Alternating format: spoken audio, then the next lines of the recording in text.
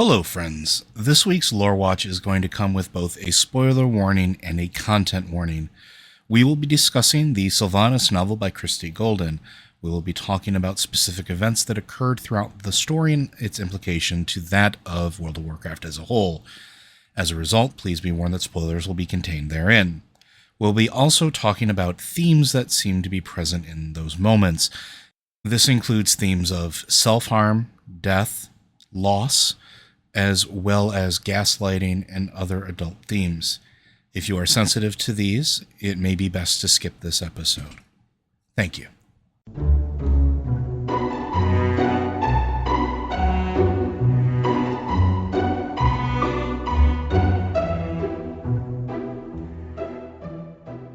Hello and welcome to Lore Watch, a roundtable freeform discussion about lore in your favorite video games. I'm your host, Joe Perez, one of several lore-focused folks from Blizzard Watch, and today, Matt's not here, unfortunately. He's got a little pressing engagement going on where he is doing this thing called moving. I'm certain you will hear all about it on Tuesday, so be sure you tune in for that. But I have two wonderful guests, longtime friends of the show, who have agreed to come on and join the discussion. And I'm going to go ahead and let them introduce themselves to you. Let's start with EJ. Hello, my name's EJ. I've been playing WoW for a very long time, apparently. And I'm one of the co-hosts on a little podcast called Girls Gone WoW, which is a community-based podcast where we just talk about what you're doing in WoW. It's a bit like, we like to say it's a bit like going to the pub with us. So if you are a casual player or a hardcore player, whatever sort of player you are, you can come along and have a little chat with us. Wonderful. And our second guest is Raven. Why don't you go ahead and introduce yourself? Hi, everyone. I'm Raven. I'm the other co-host of Girls Gone WoW. I have also been playing World of Warcraft for a very long time. Not as long as EJ, because it's EJ's fault that I'm playing World of Warcraft in the first place. Recently, I've also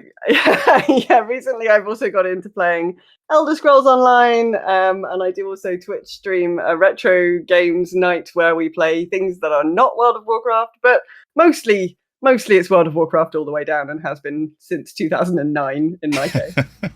It is quite a long time, and I'm glad to have you all joining us in what has been called Elder Warcraft players, but that's a topic for another show. Fine, because Elder denotes some sort of wisdom. Oh, And apparently unlocking something. wow. Ooh, hello, is there a fairy in a bottle? Did you win a prize? Wow. Well, the prize today is actually, we're going to be talking about something that I know our listeners at home you've been waiting for, and we're going to be talking about the Sylvanas book today. And that's one of the reasons why I wanted to reach out and have guests on this show, because everybody knows that I predominantly play Horde, and I have since Mist of Pandaria. And so I get called out on this a lot, that a lot of my bias seems to be towards Horde, which, again, even though I play both factions, I can understand how that would be. So I reached out to people who don't and have very strong opinions about things that have happened from the Alliance side. So, yes. And I figured with a character like Sylvanas, who is divisive, would be polarizing is a really good word for it. You either love her or you hate her. There really doesn't seem to be any shades of gray there. So let's start by, before reading this novel, what were your opinions on the character of Sylvanas? We'll start with Raven. Okay, so I'm a Night Elf Druid.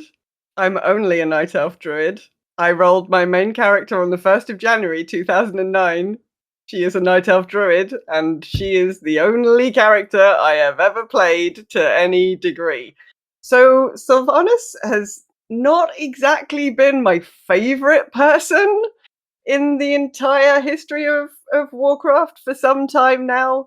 I didn't ever think I was gonna understand what happened at Teldrassil, and actually, I mean, I guess we're gonna get into this later, but the book really has changed a bit the way I feel about it. But yeah, certainly before reading the book, I was pretty unhappy with her as a character. I also didn't think, particularly recently, she's been particularly well written. I think they've not done themselves any special favors with the way that they've been putting her together during kind of leading up to Shadowlands and in Shadowlands. But yeah, certainly not a Sylvanas fan is how I would describe myself.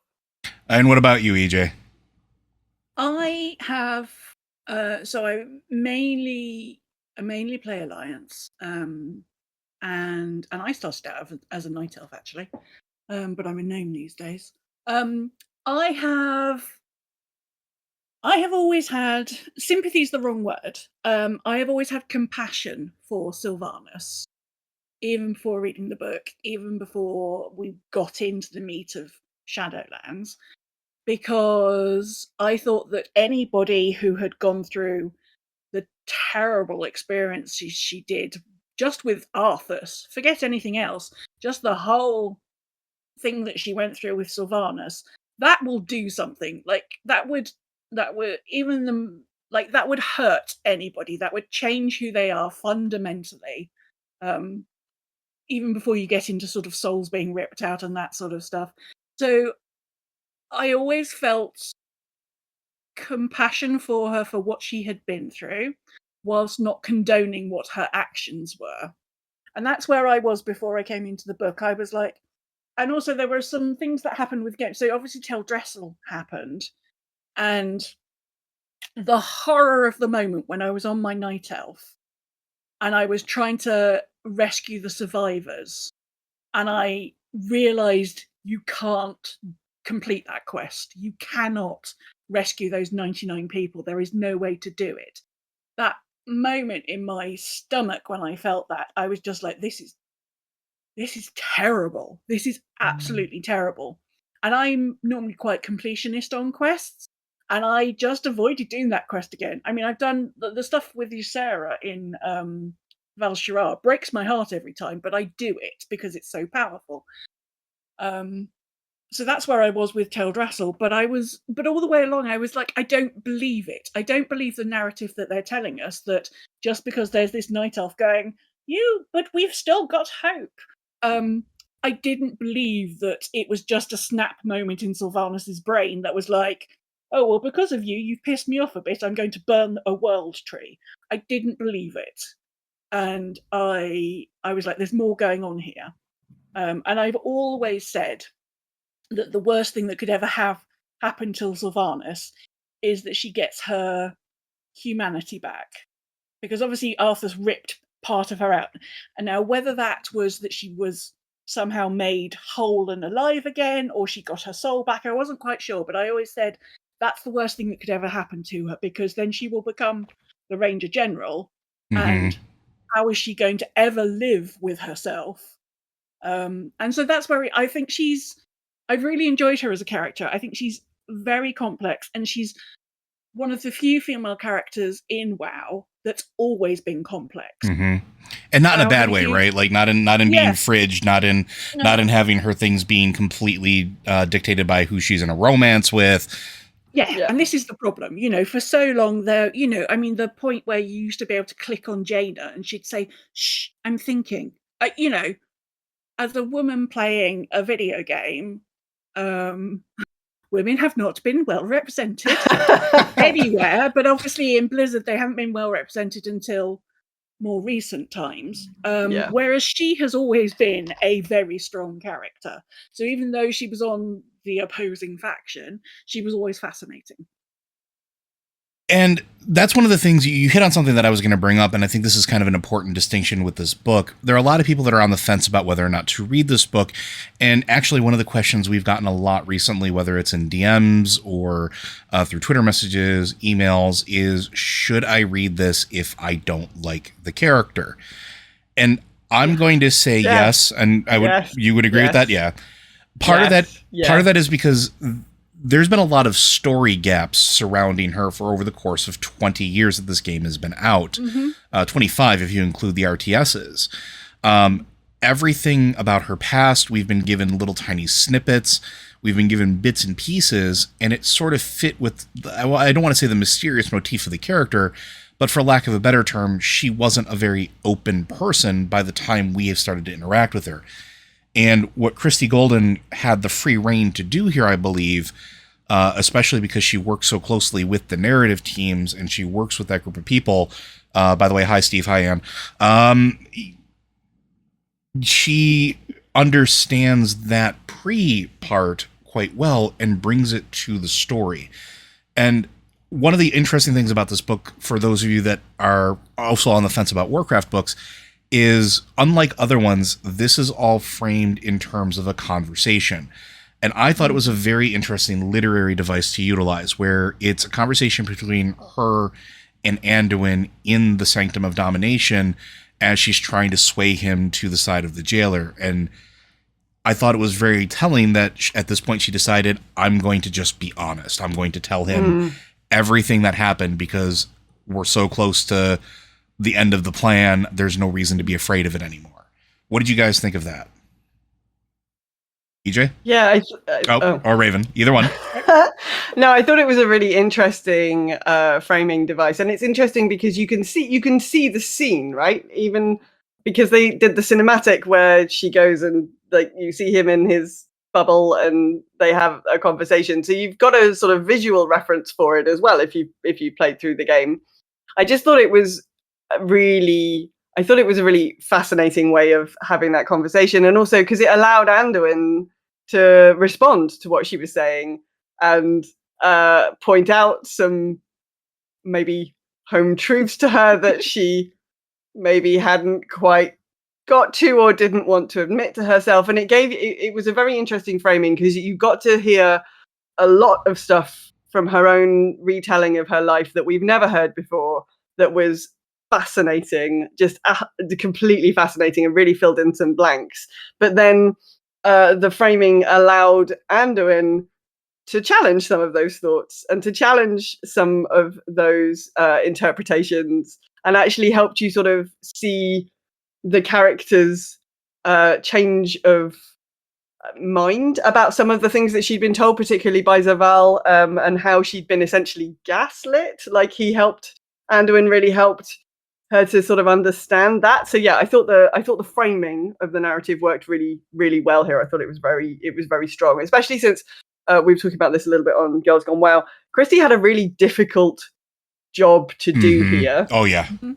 Because she's got a very limited scope. So there's very, very free reign on Sylvanas' early life because we don't know anything about that.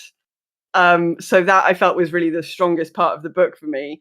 But then you've got the notes you've got to hit. Like Sylvanas just did these things and they just happened when they happened. And we know all about what happened with Arthas, and we know all of what happened with the Undercity, and we know what happened with her becoming the leader of the Horde. And so there's a lot of points where the character just has to get there.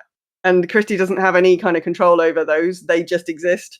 And some of them, particularly the later ones, don't necessarily make an awful lot of sense. They don't hit well, yeah. I did feel for Christy trying to, because she just has to take the character. That Sylvanas just has to do this, and then she has to do this. And then there's one or two places later on where it's like, oh yeah, you've tried really hard to give her the motivation to do that, and it still doesn't 100% make sense, but you've done better than anybody else possibly could have done. So, I mean, hats off there. But yeah, I thought the framing was really helpful. EJ?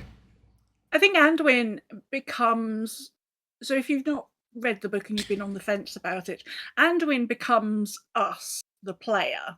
Yeah, exactly. That Anduin is just like, so hey, that thing you did, that was a bit weird.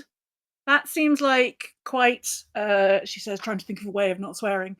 That seems like a ridiculous thing. There we go. Ridiculous thing to have done. Why would you do that? Because that doesn't make any sense.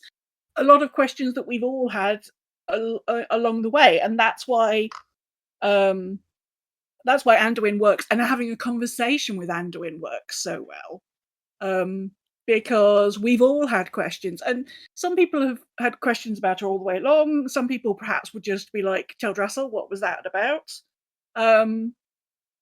And it's almost like an interview with Sylvanas. They could have called it an interview with Sylvanas. Yeah, they really could have.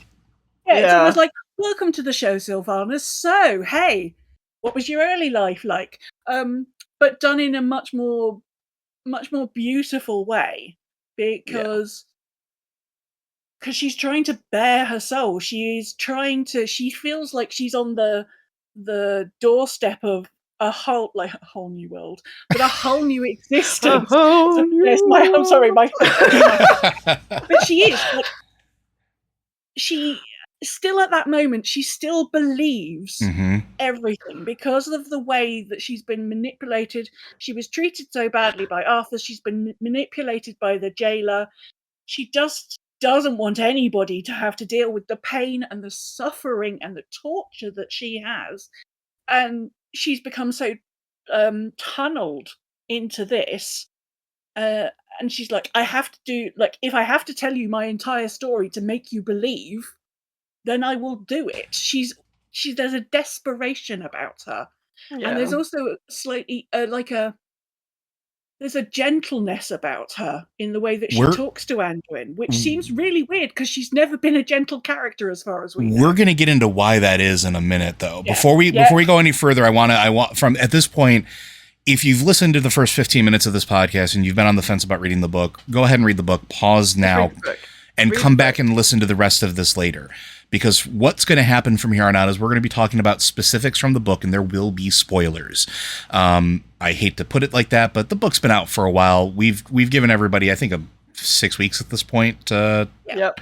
Even in the UK, we've had 6 weeks. Also, can I just say, if you don't like reading the book, the audiobook is masterful. Go to Audible and listen to Patty Matson reading the book to you. And that will improve your life immensely. So I am told. Like, everyone keeps I hate audiobooks. I only ever read proper books. Everyone says that this is the audiobook to read. A further endorsement, I've read the physical book twice and I've listened to the audio twice. But that said, now I think it's time that we can start getting into specifics. So now there's parallels here, like you were talking about, EJ, where she fills in a lot of like the early stuff that we didn't know about Sylvanas and her life with basically the High Elves at the time. They weren't Blood Elves yet. With her family, with the Far Striders.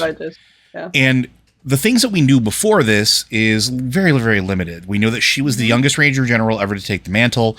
We knew that her parents were killed in some tragic accident, but we only know that because of Ilaria and the fact that Ilaria had turned down being the Ranger General, leaving it to Sylvanas to fulfill that role, and that in doing so, Ilaria came to hate the orcs, but we never really put 2 and 2 together. Why? Aside from, the Horde caused a lot of devastation. Yeah. And we also knew that they had a brother that died, and they did talk about that, and actually his grave has been in the game for a very long time. Oh, okay. So where did he come up previously? Because we, like many other people who had read this book, had forgotten that there was ever any reference to Lirath in the game. So when you start interacting with all of the sisters, when you talk with Ilaria and Valeria, when you start, or Verisa and Ilaria, when you start talking to them, there are quests that start making reference to it as early as Burning Crusade. Oh, okay. So I mostly eradicated the Burning Crusade from my brain. Which is fair. So yeah, that's probably why. But the interesting thing here, and I think this is where some of the parallels that you were talking about earlier and why that gentleness comes in, is you understand that her mother was a very strong-willed person. Her father was the diplomat. Her mother was all about sacrifice and duty. Her mother then bred all 3 of the daughters into that same motif. It was duty and honor, and that's above everything else. And they were always, all of them, at each other's throats, at least on the mother and daughter side, with the father trying to play diplomat between them, until Lirith was born. And Lirith, actually, him being born, stopped a huge family fight. And you realize how much he was the softness at the core of the hard edges of the family.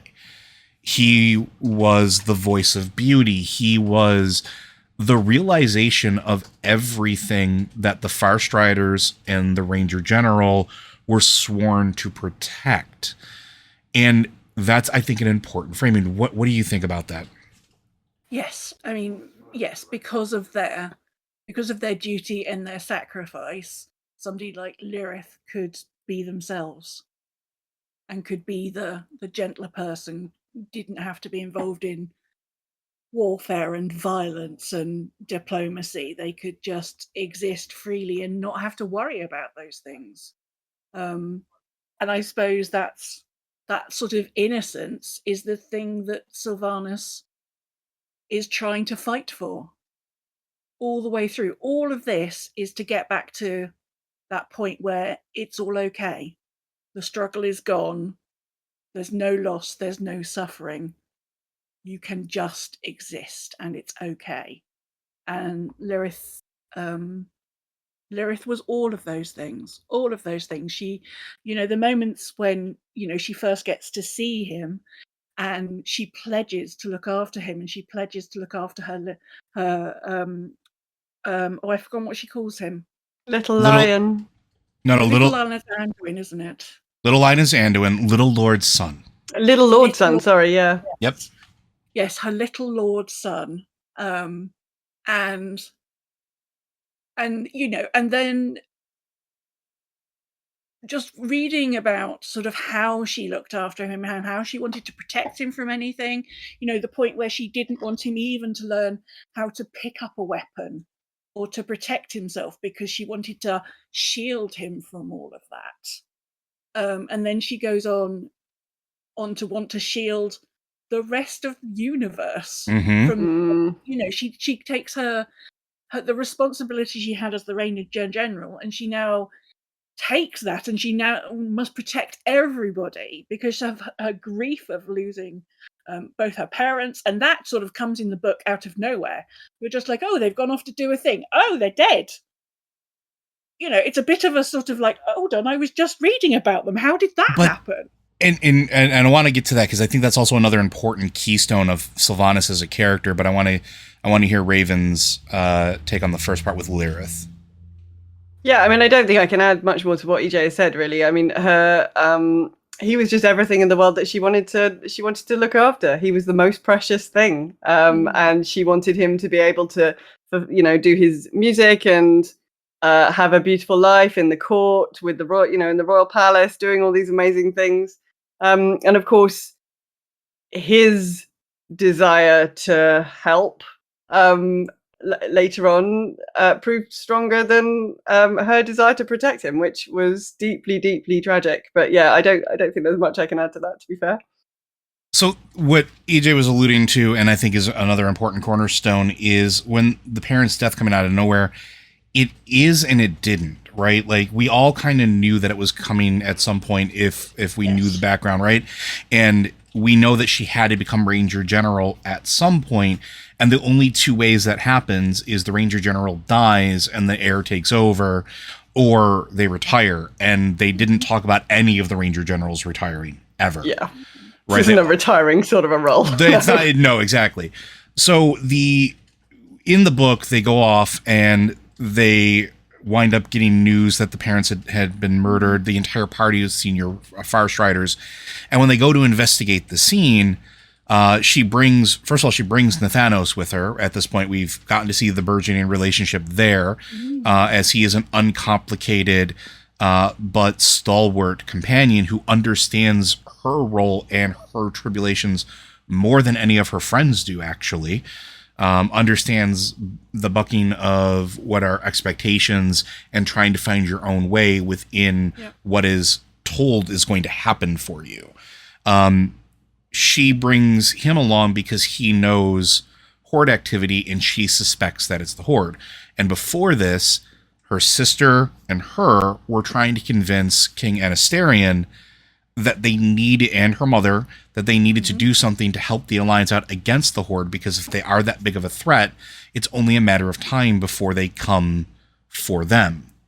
So they go and they investigate the scene, and the Royal Observer is there, and everybody's looking at it, and the first thing they say is, this is very clearly a troll attack, but it doesn't sit right with her. She knows this is the Amani are their long-term enemies, and this is too far away. Their numbers are already small enough. Why would they travel this far to attack what are some of the most combat-capable folks in the entirety of Silvermoon? Why not attack closer? They went right past the gates of Zulaman, right? Yeah. Why not hit them there or closer to it? And so they start looking, and then Nathanos points out, it's not what you're looking for here, what's missing. And so they start looking and they start realizing that arrows had been retrieved, but not all of the arrows had been retrieved. The only ones left were the ones that were specifically trolls. And then, but they go searching. She can't find any hard evidence. She can't find any proof of anything other than a troll attack. And so she goes back home. She goes back to the Windrunner village. And her father's horse shows back up with a wound. And in that wound is an orc, a Horde arrow, not a troll arrow.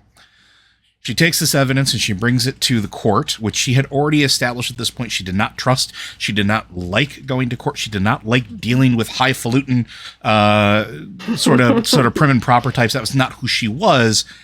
And this person, King Anasterion, who is supposed to be their friend of the family, supposed to care for them, who was the one that was heartbroken having to deliver the news to all of the children, all 4 of them at this point, looks at it, sees the evidence, and then tells her he's going to do nothing. Yeah. It is another betrayal of those that are supposed to care. There's no vengeance, there's no reaching out, there's no help, there's no hope. And I thought that was an important moment, because now we understood why Ilaria hated the Horde and the orcs in particular, which now makes much more sense. Yeah. We understood why the Blood Elves, or the High Elves at this point, didn't get involved in the war. Yeah. Which is a question that had never been answered before. Mm-hmm. We just knew that they stayed up there. And we thought that was because they were being tied up with the Amani. No, it's because King Anasterion said nothing. And actually burned the evidence. What did you guys think of that playing out? I mean, that's the first big betrayal in her life, isn't it? This is the first time that somebody who's supposed to protect her and her family is like, no. I mean, her father tried to teach her about diplomacy and she wasn't hugely interested in it, shall we say. So to have such a raw political decision, I mean, Anasterion believed he was doing the best for his people. He believed he was protecting his people by not pitting them against the Horde. That he definitely made that decision from a sort of a place of wanting to keep his people safe. He thought he was acting for the greater good, but obviously it didn't give her any of the satisfaction that she wanted. And ultimately, it wasn't the best gamble for him or his people either. So that's certainly, I mean, that kind of trauma, that's definitely going to be the seed.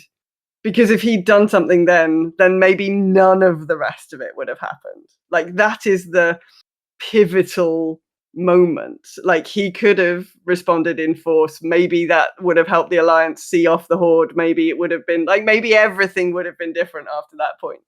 But no, that's definitely the seed single beginning moment, I think, to this whole sorry tale for her. Anything? Yes, and betrayal. You know, betrayal is a theme that comes up time and again for Sylvanas, which is why she ends up going down the route that she does. Because when somebody comes to her and supposedly says, "Here are all my plans. I lay them out to you," she's vulnerable enough to accept that. Well, the interesting thing, just to point out real quick, is that all the times that that's happened to her, it's from somebody who is in a position of power above her, offering her protection or as a subordinate almost, right? Yes. So I think that's important too, and why some of this other stuff happens later. Yeah. So to both your points, that seed comes to fruition years later when the Horde attack the High Elves. Yeah. Riding red dragons, starting fires, going to war and battle. And this is where the other heartbreak happens for her. Yeah. Because in this moment, she rushes home to check on Windrunner Village, realizes that everybody, and I mean everybody at Windrunner Village, is dead. Yeah. She goes and finds the body of somebody who she thought she recognized and didn't want to. Her brain didn't want to connect the dots. And as she goes to the body, it's Lyrith who, in armor hastily donned, in a sword in uncalloused hands, lays there in his own blood. And she is heartbroken. A vow she made on the day he was born is broken, and it shatters her. And then the pieces don't even have a chance to hit the ground before they break again because of her mind and how it works. She starts putting the pieces together of how did it get to this? He should be in Silvermoon. He should have been safe. He should have been behind the wall with the spellbreakers. Wait a minute. Didn't Verisa say that we should do this? Oh no, my sister, who also swore to protect him, who is in the Farstriders, who is my subordinate in the hierarchy, who understands me more than anybody else in my family did, agreed to train him in secret while she was still doing her Farstrider training. And as a result, because of that decision, Lyrith died. He died trying to defend the people of the Windrunner village and his friends and family. He still died. And that those pieces shattered and broke Sylvanas' relationship with Verisa. Illyria had abandoned them. Illyria had gone off through the dark portal or done all this stuff. She was just not there. And now Verisa wasn't there either because she couldn't be. She had betrayed Sylvanas. And her entire family is broken. Yeah. The stability, everything that has kept Sylvanas safe and protected and stable, everything has been broken. And there's nothing that she could have done at that moment, but because of who she is, she has that guilt that she should have been able to. She thought she'd done everything. She thought she'd done everything to protect him. She thought she was, she'd taken on the Ranger General role. She thought she was there. She was out doing what she could to protect people, and none of it was good enough. How do you come back from that? How do you right yourself at that point? And then we move from that to the ultimately what we do know in game, which is the Death Knight Arthas, who had destroyed the kingdom of Lauderon, had murdered so many, and raised an army of undead, had come marching to the gates of Silvermoon, looking to corrupt or subdue or subjugate the power of the Sunwell. And in doing so, Sylvanas and her Farstriders go out to meet them, as is their duty. The battle lines of Silvermoon, the first defense, and they would have won if it wasn't for ultimately a betrayal. That betrayal led to not only her death, but the death of so many, sparing her two closest friends in the Farstriders as they were able to escape, although not without serious injury to spirit and body, as this is where Lothamar loses his eye. Is in this moment, and Haldoran loses his sense of self, right?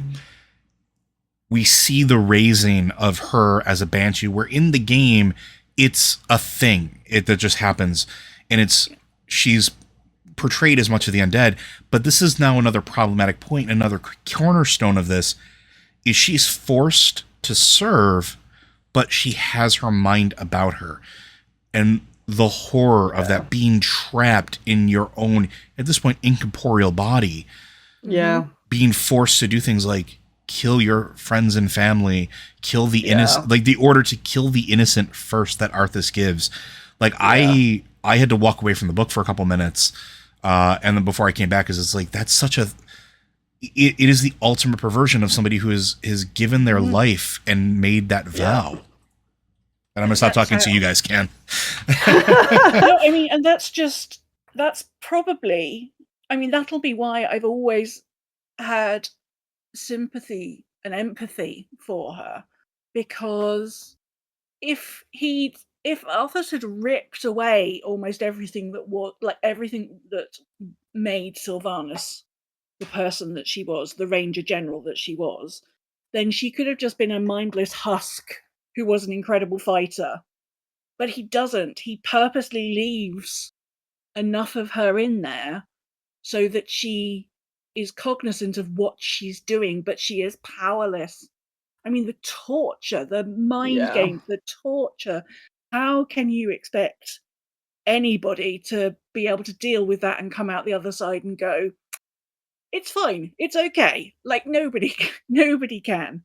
Um, it's it's beyond evil. I just Yeah. no, I'm with you, Joe. I just it brought me to tears because it's just so cruel, so cruel.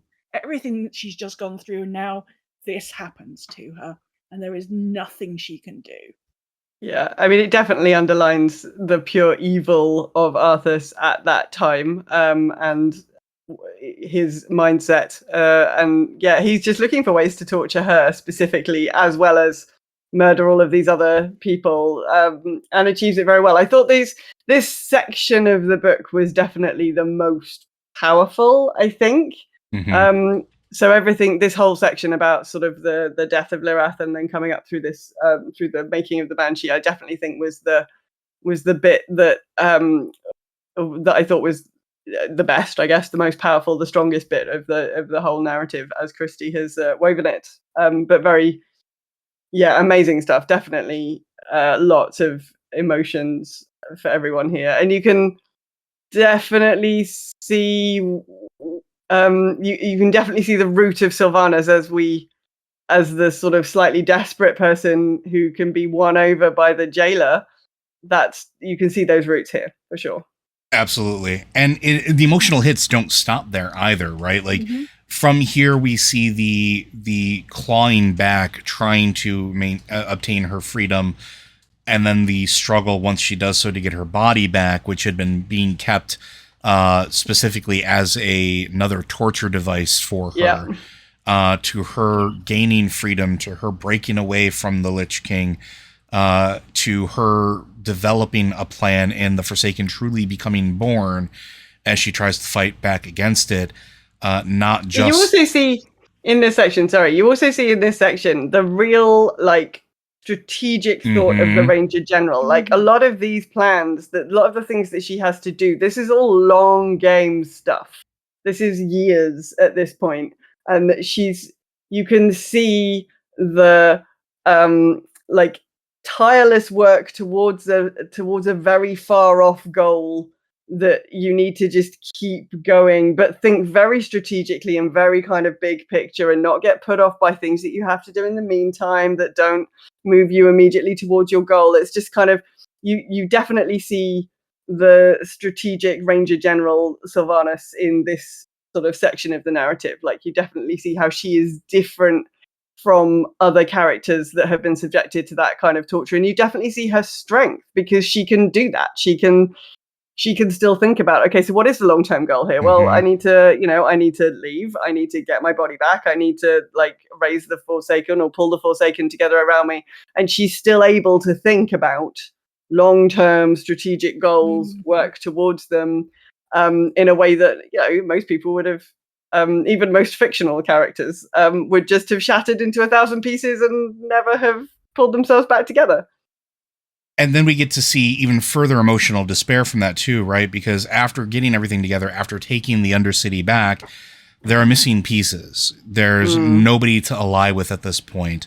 But they're former members of the Alliance. They're on the correct continent for this, having heard that the Horde had retreated to Kalimdor. And so she sends emissaries. One who was very excited for the potential to see his child again. Only to be greeted at the gates of Stormwind by death, by not even being able to be heard out, by being seen as those monsters.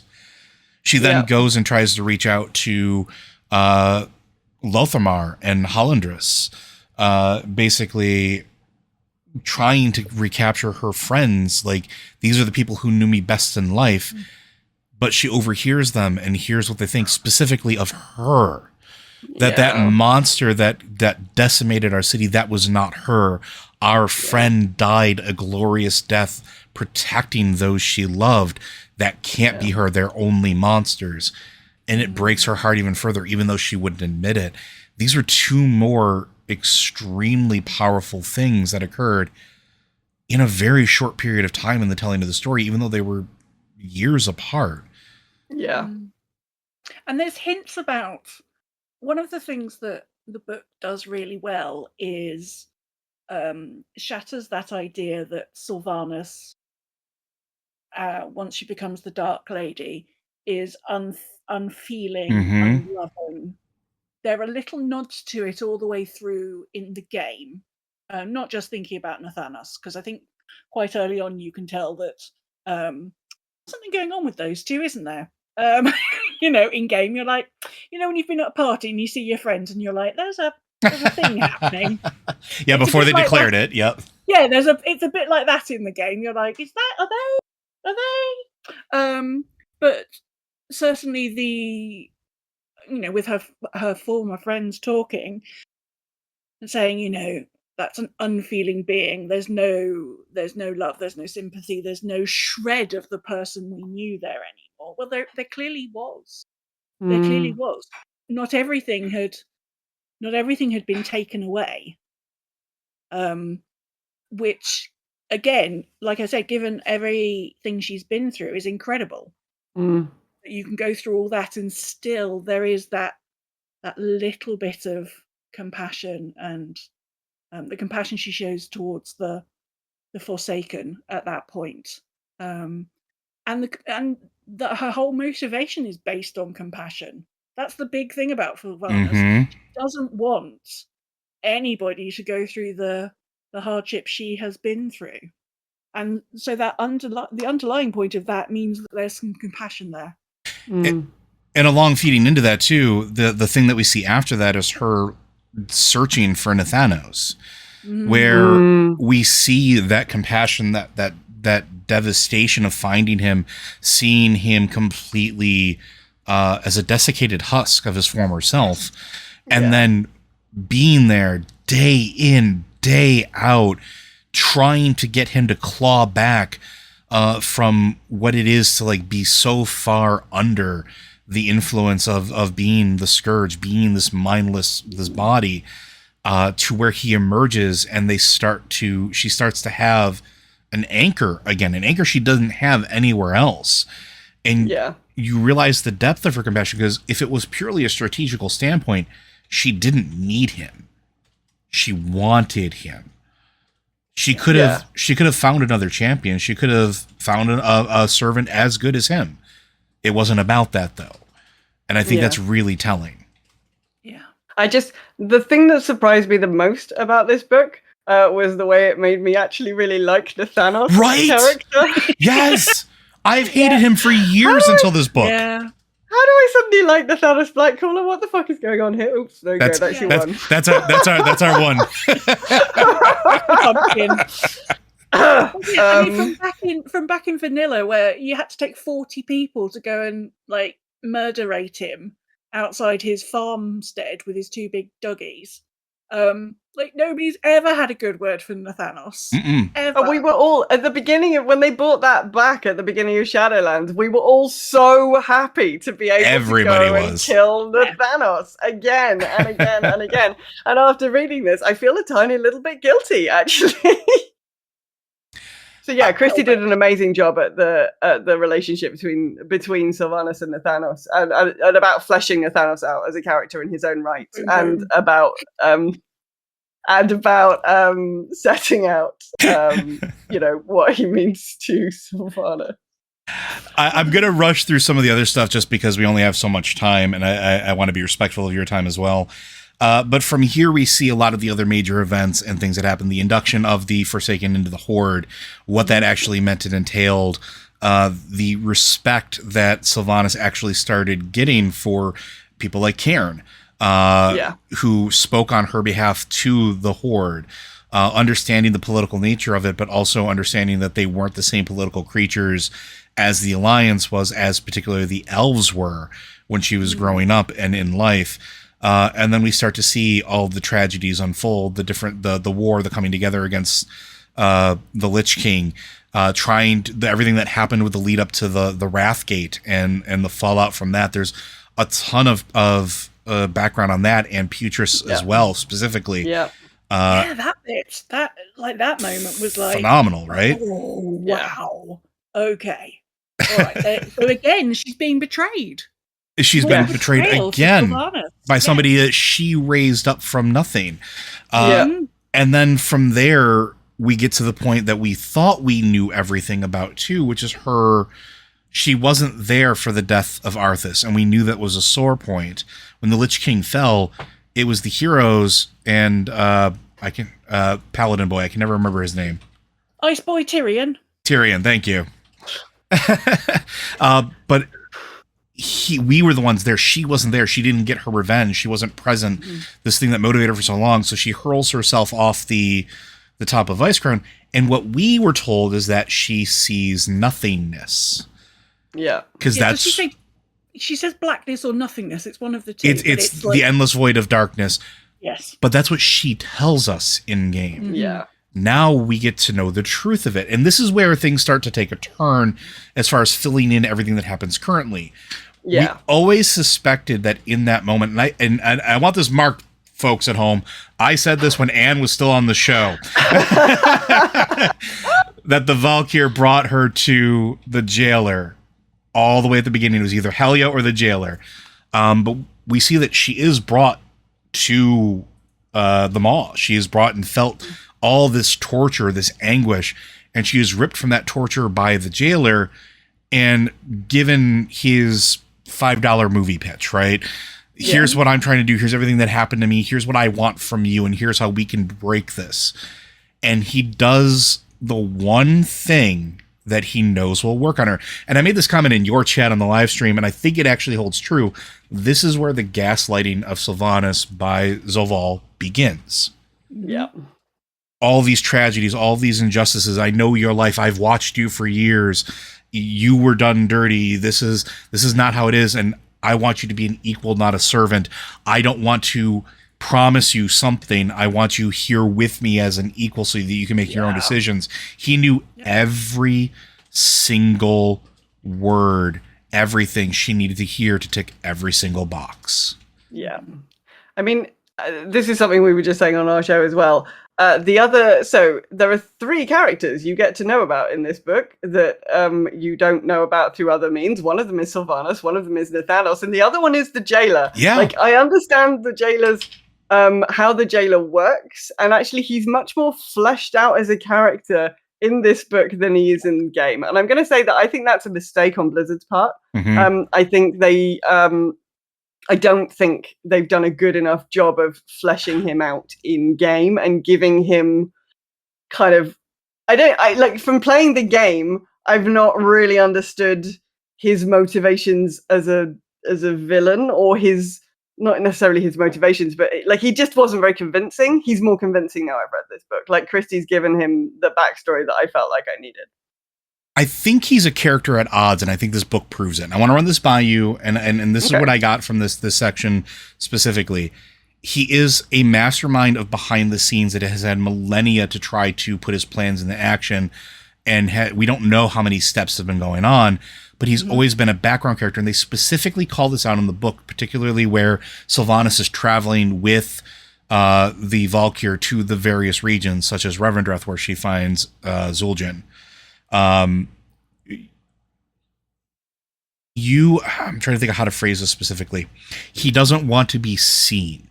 It cannot be perceived that he is ready to act, that the things that are happening have any link to him, because then the rest of the Pantheon of Undeath, or the Pantheon of Death, will know and come for him before he's able to be powered up. At the point of this, Denathrius hadn't infused the maw with souls yet. We hadn't killed Argus yet. So I think that actually worked for his character in the game and explaining why we didn't know jack shit about him, really. Because he didn't want us to. But also, it works in convincing Sylvanas to his plan. Like, if they know it's me, if anybody works out what I'm doing, this can't happen, and our glorious future and, saving everybody from harm will never be. So I need you to be my face. I need you to be the person out there. Which again is, I trust you. You are important enough that you can do this for me. And magic words right there. Yeah, Yeah, you're doing this absolutely. for me. We will get what we want, which And, is to Yeah. end the suffering. So it's really clever manipulation on his part. Yeah. and there was Yeah. one last bit in that manipulation too that I think was really important, and I hope I'm guarantee you guys have picked up on this, and I hope people at home have picked up on as well. When they showed her everything, like when they took her through the Shadowlands, they told them that they were infinite because it was ideal for that specific person in the eyes of the uncaring, unfeeling arbiter. There was no human touch or element to it. There was no compassion to it. And so families were not reunited. Something that she had been banking on since she was alive. Yeah. But if we redo this, if we break the machine, if we rebuild it and do it with compassion, you could be with your family again. You could see Lyrith again, because he knows about Lyrith at this point. There's no way he doesn't. Of course. Right? And that's exactly what she wanted. And this uncaring, unfair universe would be redone. Yeah. And so once those hooks are in, he gives her those prophecies.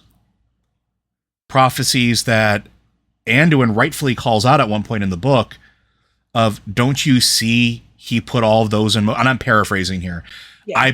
That the jailer did all of those things to ensure his prophecies came true because his reach was not limited to you.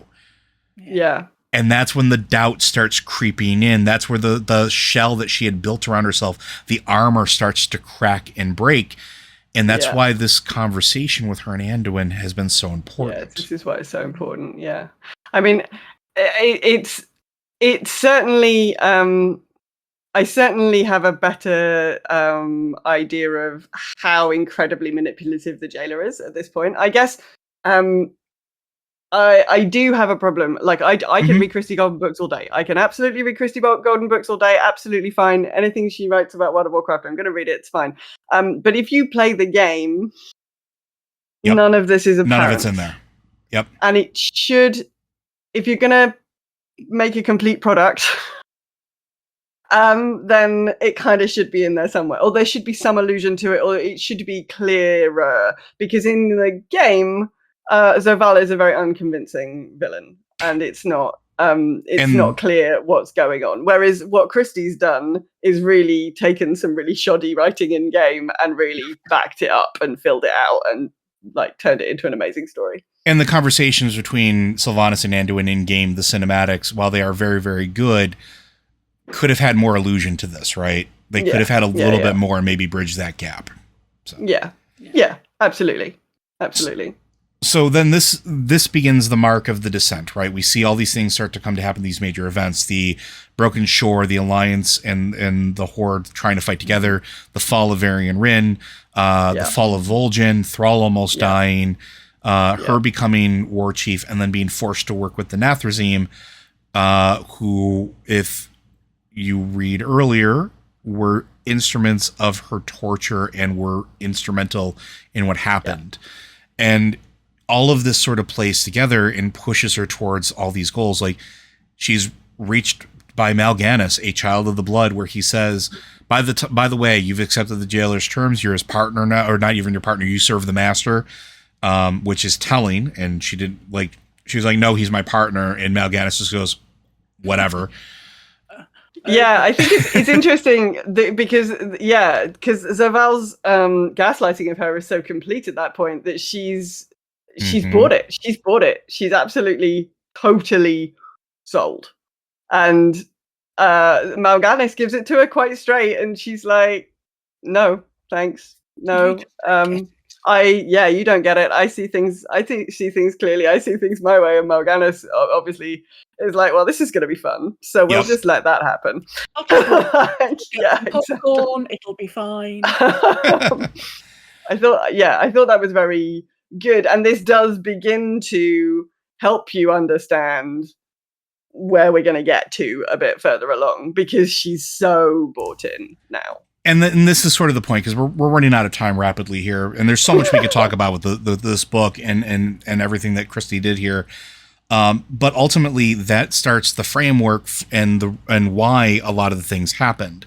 She's told that they need anima. You get anima by souls. The greater the soul, the more anima it has, and all the souls are going directly to the maw, because we as adventurers did the thing that I always yell about in every single podcast we do, where we have reactioned and did not think and just did, and we did and caused this ourselves. We killed Argus. Argus went to the Shadowlands, a being that was never supposed to be killed. The Arbiter didn't know how to do it. The machine overloaded, and now everything's going straight down to the maw. So now she's instructed to cause as much death as she can, the thing that she is quote unquote best at, and that she enjoys the most. And so she does. The burning of Teldrassil, we're told at one point, is framed by a conversation she had with one particular night elf, and instead now we know why she did it. Yeah. And we know why she was willing to sacrifice all those lives. And again, because she is still buying into the lie that this is going to hurt now, this is going to be sacrifices now, but the universe will be remade, and all those souls will wind up having paradise at some point because of my actions. They will thank me for this someday. Yeah. Right? Yeah. And, there has to be a small sacrifice now for the bigger picture. But it'll all be okay. We're on the right path, and nobody understands. Nobody understands the way I do. mm-hmm. Yeah. And because she feels like, because she can't tell Sarfang about what's going on. mm-hmm. And then of course she feels again that she gets betrayed by Sarfang, which in itself compounds the idea in her head that everybody betrays her because they don't understand. Yeah. So she carries on with the jailer's plan. Even And even the jailer tells her nobody understands. Nobody understands the vision like you do, right? This is the strength of the gaslighting, isn't it? He's driving her further away from the reasonable course of action. So everybody else is obviously like, "Wow, she's mad! Like, we can't let her do this. She's insane." Which then reinforces his opinion. Like, this is like the things that he's telling her. This is pretty classic stuff. Yeah, and I want to encourage everybody. I don't want to go through the entirety of the end of the book simply because one, we don't have time, and two, it's worth the payoff of reading it. Yeah, definitely. It really is, especially when you get to what is likely, at the time of this recording, by the time people are listening to it, patch 9.2.5 will be out. The last part of the story that will probably be ever available for this particular expansion will be out into the world and will fill in some of those gaps. But it is... I want to talk about like the fact that Christy Golden is a phenomenal writer. We all know that. But it's her characterization that I think is what does it for everything she writes. It doesn't matter what it is. A Diablo book, a StarCraft book, a Warcraft book, any character she's given free reign to give them life is instantaneously relatable, is instantaneously something you can feel. And she knocks it out of the park with this book in every aspect. Absolutely. Right? Yeah. So I've always enjoyed the relationship that Sylvanas and Anduin have had. Like, all the way along, she's had this certain, like, she's called him the little lion for such a long time. She's appreciated his brilliance of statesmanship. She's mentioned this in game a few times. Yeah, she is always, and I was always curious about that. I'm always like, why is, and now I understand. Now I completely understand what it is about Anduin. And the way that the book slowly unfolds the different things that happen and why Anduin is so important to her. And why it's so important that she wins him over. Like, this is her, like, this whole book is the last ditch attempt to her to win, for him to come willingly, which we know he doesn't do because he sees the truth much clearer than she does. But she's desperate to for him to come willingly into the fold, to willingly join into the plan. And we understand why that's so important to her now. And I think that's really that is the gut punch moment for me in the book, is when before Christy says it, before Sylvanas says it, I'm like, oh, he's a replacement for Lyrith. He is the embodiment of her guilt, and if Lyrith was alive, it would be him in this conversation right now, not Anduin. But Anduin is everything Lyrith was, except he got the training to be a fighter to survive where Lirith didn't. Yeah. And like that moment of realization just made me like, I was driving, listening to the audiobook at the time. Oh no. And I literally had to pull over. I was like, oh, damn. Okay. But it was a powerful moment. And so I'm going to end this with a question for both of you. I'm going to start with just the question, and then we'll start with EJ and then Raven. After reading this book, has it changed not only your perception of the characters, but your perception and reception of the Shadowlands expansion as a whole?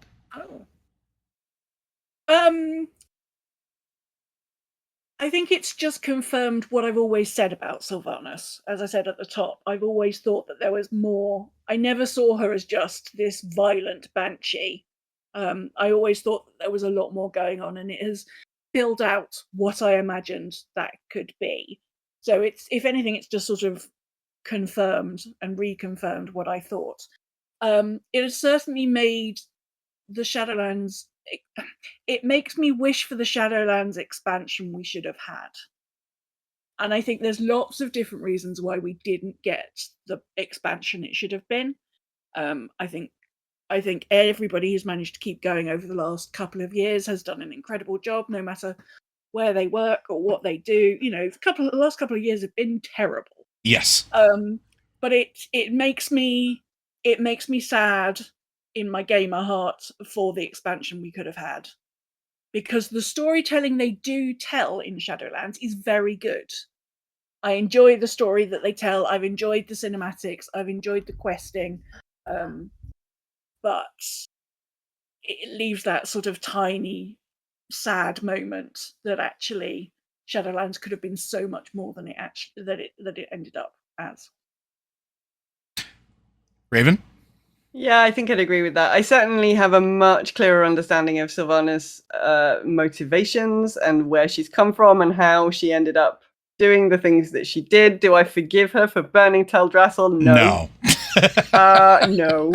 Do I think that was a good piece of storytelling in game at the time? No. I still don't like the way a lot of this has been handled in game, and actually the places where the book occasionally falls down are where Christie's having to stitch things together. I think I said this earlier, but she's having to stitch things together that don't actually quite work. And so I think there have been problems with Sylvanas' story over the past few expansions, and I think Christie has done the best possible job in fixing that and giving her motivations that work and taking her and showing us why she's done all these things. But some of them still don't quite land. And yeah, I think I agree with what EJ just said about Shadowlands. This, it hasn't landed, and it probably could have landed if they'd started in a slightly different place. I mean, even just the lack of being able to understand where Zerval is coming from in game, like having him just pop up from nowhere and then be like, oh yeah, but this goes back to Ice Crown. Like, I'm sorry, what? That's not good gameplay. And even then, technically, it goes back further. It goes back to the War of the Ancient. It goes back to the first time the Legion tried to set foot here. Yeah, absolutely. And I don't think that's appropriate storytelling, and I don't think it worked well. So yeah, I'm sad for the expansion that we could have had if this had all sort of been a bit more apparent from the get-go. But I appreciate that we have this novel so that actually we do understand what happened, and that Christie has been able to flesh it out in such an engaging and wonderful piece of storytelling. And I have one more question for both of you that I think is really important here, because you have a perspective that I cannot give. As women who have been playing this game for a long period of time and had to suffer through, we'll call them the dark ages of treatment of women in the game and stories in general, how do you feel moving forward after not just this book, but knowing that Christie is involved in storytelling and the people that are now going to be working on the story going forward? do you feel like you are going to start getting proper representation and proper treatment of characters that you could identify with moving forward? I mean, we're really hopeful, right? We're really hopeful. And we've been saying this on GGW for a long time now. Mm-hmm. We're very hopeful about all of the changes, about some of the changes that Blizzard have made recently. Some of the changes. Some of the changes. We are concerned about the way they keep shooting themselves in the feet, just over like diversity issues and equality issues. And I mean, you know, appointing a female co-lead and then paying her less than her male counterpart, like that was right at the beginning of the thing. I mean, that sort of slightly carry-on approach to doing inclusion and diversity seems to have carried on throughout this whole piece. And so that's really concerning. Obviously, Activision have had a lot of a role in some of the things that have happened as well. But in terms of what's coming out of the WoW team, in terms of the things we saw in the approach to the Dragonflight announcement, having a wonderful video for that announcement that had so many different faces in it and different skin colors and different orientations, and there was just so much diversity there. That looked really good. Mm-hmm. That needs to seep upwards, Mm-hmm. right? Yes. We need to be getting people of color and non-cisgendered people and queer people and like other diverse people in leadership positions, because the leadership is still very white men. So I think as long as that journey continues, we are hopeful. I'm more hopeful now than I was July last year, when all of the stuff happened. Yeah. So I'm hopeful, but Blizzard and indeed the gaming industry as a whole has a long way to go. Yes, it was very telling when, and I cannot remember exactly who it was, but it was somebody old school Blizzard was like, they'd only sort of thought about changing the way women are represented because their small daughter was really confused by why why characters weren't wearing proper armor, or you shouldn't have to wait until something like that happens to have adequate representation of different types of characters in your game. Certainly there has been an improvement, but I mean, I know a lot of people didn't enjoy Battle for Azeroth, but there was some really strong writing, lovely strong female characters, lots of, and that was a good start. Again, what's been happening with Christy, she just brings me so much hope. I am much more hopeful. I don't think in the future we're going to have women just defined by who they're dating or who they have dated. The stuff that went on with Jaina for years is like, oh, she dated him and she dated him, and it's like not relevant. We never talk about any of the male characters that way. I feel more confident than I have that we are heading in the right direction. And if we're not, we're just going to keep talking about it very loudly and saying how we don't like it. And you know what? If the people don't like it, if we're talking about it very loudly, well, I got some choice words for them that I can't say on the recording. But we will also continue to champion that cause here at Blizzard Watch, as that's something that we feel very strongly about as well. Before I do our normal outro, I would like you both to tell everybody where they can find you on socials and the products you produce, because you two are both amazing. Oh, bless you. Oh, thank you. You can find... Okay, I'll go. You have to specify someone, Joe. Come on, you know how podcasts work, or else everybody talks at the same time.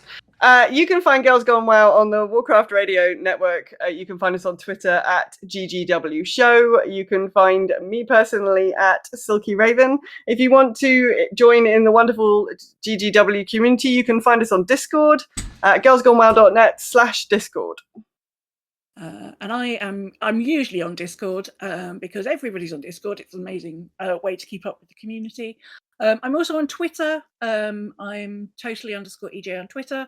I tweet about gaming, and sometimes I get a bit ranty. So and cats, gaming, and rantiness is basically what you'll find. I think our listeners are used to that combination. I think so. And I think we're almost about that time of year where I'm going to be guesting on your show, and Matt will be guesting on your show, so we can talk about an entire expansion's worth of lore. So look forward to that as well. And everybody listening, please go check their show out. It is amazing. EJ and Raven are wonderful stewards of the community. They have been for years. They have been personal friends of ours for a very, very long time. And I say that with no small amount of humility, because I would not be here where I am sitting if it wasn't for people like them continuing to support the rest of the community.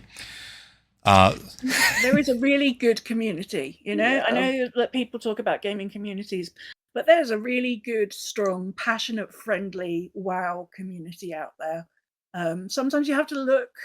Sometimes you just have to sift through some of the less good layers, but underneath somewhere there are some amazing people lurking. And Blizzard Watch have always been at the forefront of that. Yes, very much so. And we wouldn't be here being able to produce this show without those supporters. So I'm going to do my normal spiel now, folks. Blizzard Watch is made possible due to the generous contributions at patreon.com/BlizzardWatch. Your continued support means this podcast site and community is able to thrive and grow. Blizzard Watch supporters enjoy exclusive benefits like early access to the podcast, a better chance at having your question answered on our podcast or the queue, and an ads-free site experience. If you are interested in reviewing or listening to this book in particular, the Sylvanas novel, you can go to audible.com/BlizzardWatch. Or sorry, blizzardwatch.com/audible. It's been a while since I've had to plug a book, folks.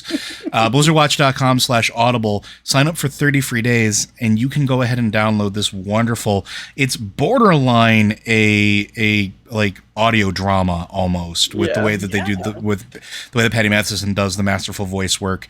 Minus maybe Zilval's voice, but I still love it anyway.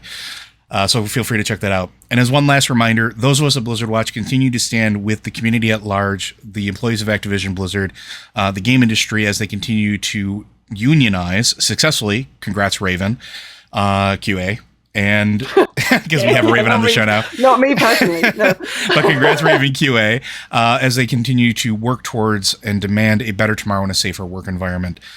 Friends, thank you very, very much for joining us today, and we'll see you next week.